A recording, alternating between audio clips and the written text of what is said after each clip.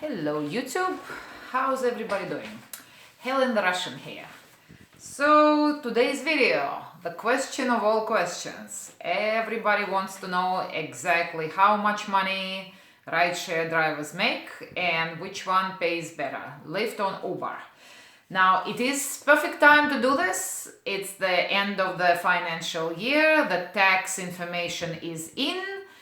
And here we go, the moment of truth. I mentioned in previous videos, I like numbers, I'm good with numbers, numbers don't lie, and so here is what we came up with.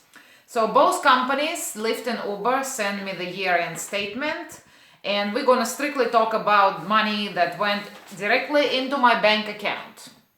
Now, to give a perspective, I only drive part-time, so in my spare time, and it really varies week by week. Some weeks I hardly ever drive, some weeks I drive like I think the most hours I ever done was 1 week in January when I didn't have much to do, so that was probably about 34 hours in that week, but that's huge for me. Normally significantly less, about 20 hours a week, if that.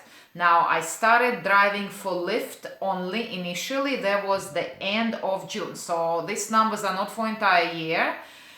June 24th or 26th, I believe I started for Lyft, and only driven for Lyft part-time for about 6 weeks when I decided to add Uber to the mix. The reason being is very simple. I felt I'm not getting enough rides with Lyft.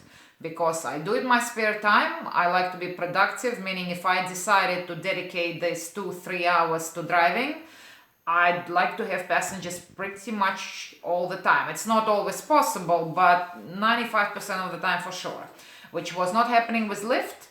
It is happening with Lyft and Uber.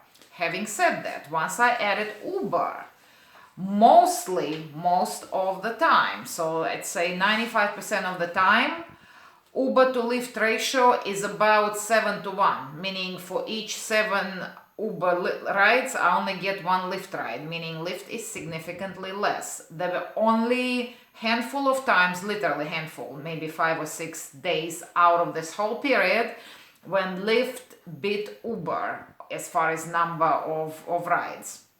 But, so having said that, you now understand that overall time-wise, I drove for Uber longer. Here is what the numbers are for Uber. I'll show you what they sent me so you can, let me see if you can see it. Yep, you can see it.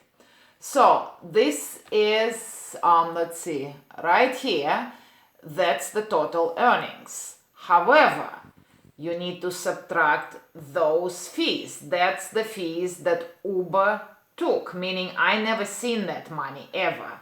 This is the money I have actually gotten into my bank account. So, what does it tell us? First of all, Uber, there are many videos on the subject and the proof is in the pudding. You see the numbers right there. So yeah, Uber takes anywhere between 43 to 50% of your earnings. That's what happens. It is what it is. That's straight from the horse's mouth. Uber says so. No one does. Uber does. Right?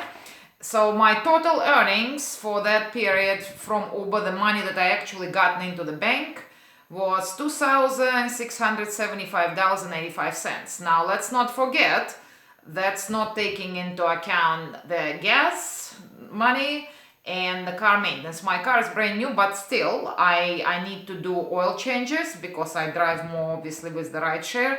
Also the car washes. In Las Vegas we don't, in between the professional car washes I kind of keep up the car myself, but still you need to take it for a car wash. The cheapest one you can ever find in Vegas would be $20.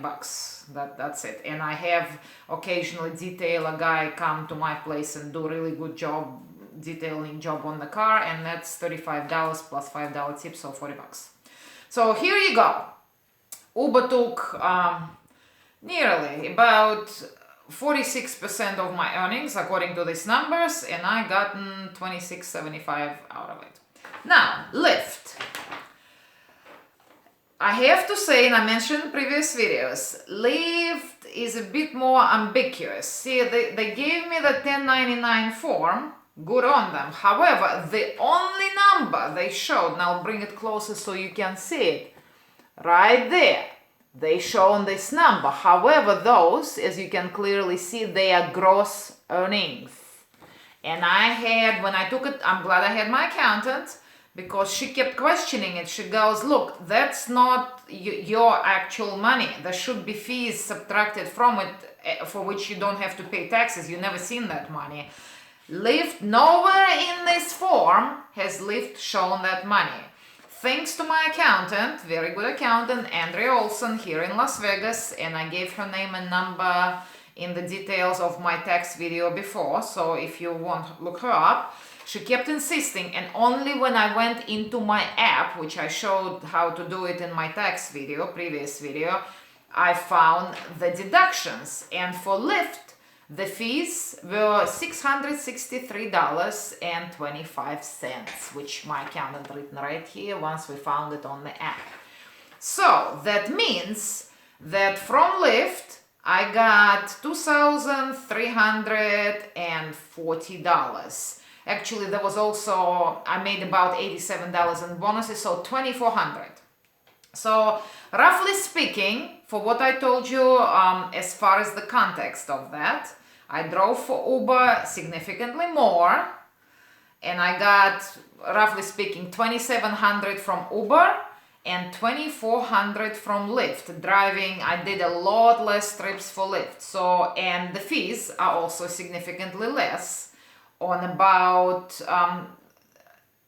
significantly less, because although Uber technically paid more, like gross income is $4,700, in here for Lyft is $3,000, still Uber took over $2,000 in fees and Lyft only took $663, so definitely less. So overall, and again, numbers don't lie, so that's straight from the horse's mouth, that there is no guessing here. Overall, yes, Lyft pays better, it appears, and to start with, and then they also take less of your money, less fees. So that's that. Hopefully the information will come in handy. And as a side note, once again, I added Uber because I felt Lyft is not giving enough rides. However, things have changed since then, and Lyft is definitely moving to give more rides and to be more popular, in no small part because, as you all know, Google invested $1 billion with the B dollars in Lyft about 3 months ago, and it's already showing, while Uber having all kinds of crises and troubles. So this is just the beginning of year 2018. We shall see how it all pans out. And everybody has a nice and prosperous year, and happy year of the dog, Chinese New Year coming up.